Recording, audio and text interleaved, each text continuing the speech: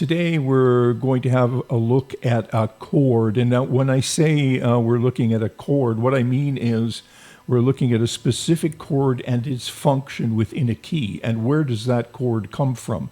Now, this is different than looking at a chord spelling or a chord voicing. You know, we've got to get those words straight. A chord voicing is one specific arrangement of notes. When we're looking at chord spelling, it's what notes belong in that chord. And when we're looking at chord function, we're looking at how that chord functions within the context, within a musical context, in terms of tension and resolution. And today, the chord that we're going to look at is the D minor 7 flat 5, or the 2 chord in a minor key. I'm just using this voicing for practicality's sake. Okay, so D minor 7 flat 5. Now where does that chord come from when it functions as a 2 chord? Because you will see this chord function as a 2 chord in a major key, right? But the chord, because chords come from scales, that chord does not come from a major key. There is no A flat in the scale of C major. There's no A flat there. We all know that. So, but in the D minor 7 flat 5 chord, we have this A flat, or this flat 5. That's why it's called a flat 5. Minor 7 flat 5, but you will often see it in a major key, like that, or in a minor key,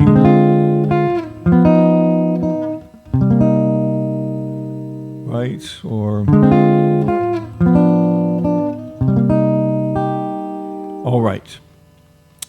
So how do we get a minor 7 flat 5 chord in the 2 chord position in a major key? And let's take a look at this. So here is a C major scale, C, D, E, F, G, A, B, C. Here's a C natural minor scale, or a C Aeolian mode. Those notes are C, D, E flat, as you can see, the lowered 3 to make it a minor scale.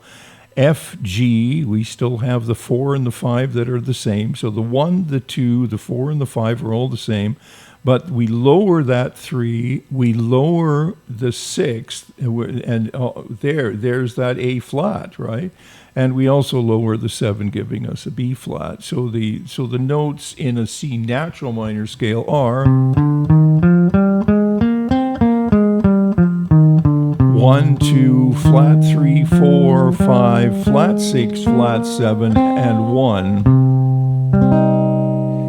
And when we extrapolate that to the chords in a key, we have the chords of C minor will be C minor, D diminished. These are triads now, just 3 note chords.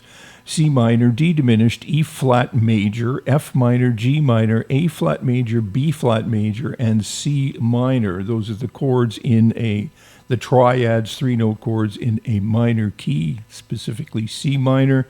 And then if we go as far as 7th chords, that means 4 note chords. We have the C minor 7 chord is our 1 chord, and our 2 chord, when we use only the notes of the C minor scale or the Aeolian mode, we have the 2 chord of D minor 7 flat 5, and we have a flat, let's go this far, a flat 3 major chord of E flat major. Okay, so 1 chord, 2 chord, 3 chord.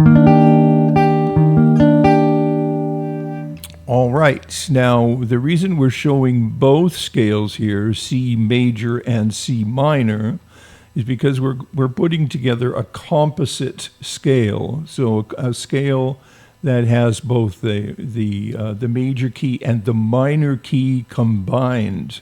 Here I'm looking at the D minor 7 flat 5 which in a composite key of major minor composite key could also be the 2 chord. With composite keys, this is going to give you a much richer palette, harmonic palette to use. You haven't changed key, believe it or not. You're still in the same tonal center, but you've just got more chords to use. And this is a very, very common technique in all, well, not all, but many standard tunes. And it's a great writing technique, too, if you're interested in composing anything. All right, so the 2 chord that's derived from C major is D minor 7, if we go to a 4-note chord. And the 2 chord that's derived from its parallel C minor scale is the D minor with that A flat, which is D minor 7 flat 5. Now, if you're wondering what, for instance, can you play over a D minor 7 flat 5, if we look at what major key is relative to C minor, we just looked at that, didn't we? We went up to the D minor 7 flat 5, and then there's my major, the major key that's relative to C minor. So that's E flat major. Here's my scale of E flat major.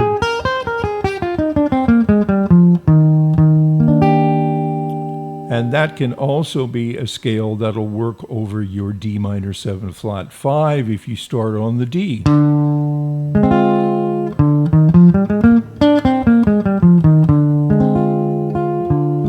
Right?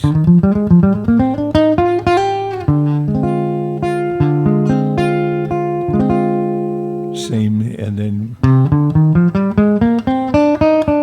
there's the Aeolian mode, C Aeolian, which is the same as E flat, except we're starting on a C, right?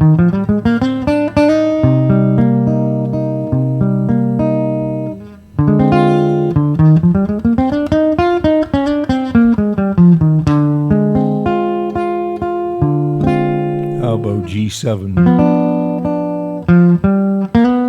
We have to get that altered.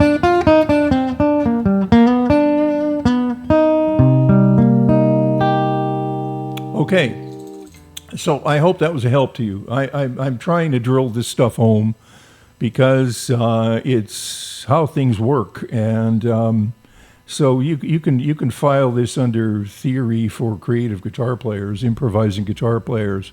This is fundamental, foundational stuff. If you don't know it, you have to learn it. You can't fake your way through chords like this when you're playing over changes, unless you just want to play a million miles an hour and nobody knows what the heck you're playing, which seems to be a thing lately. But if you want to play melodically and with a degree of intelligence, you might want to learn what you're playing over and where these chords are derived from, where this stuff comes from. Why do we have these same chords that keep cropping up over and over again? Okay, and remember, chords come from scales, so always go back to the origin of the chord that you're playing and ask yourself, where did this thing come from? And that's a great start. If this video was helpful to you, like, subscribe. It helps the algorithm immensely. Buy me a coffee. Buy one of my books, which you can get on Amazon. And please leave a question. I get back to all the questions with fairly lengthy answers. So thanks for stopping by. Thanks for your support, and we'll see you real soon.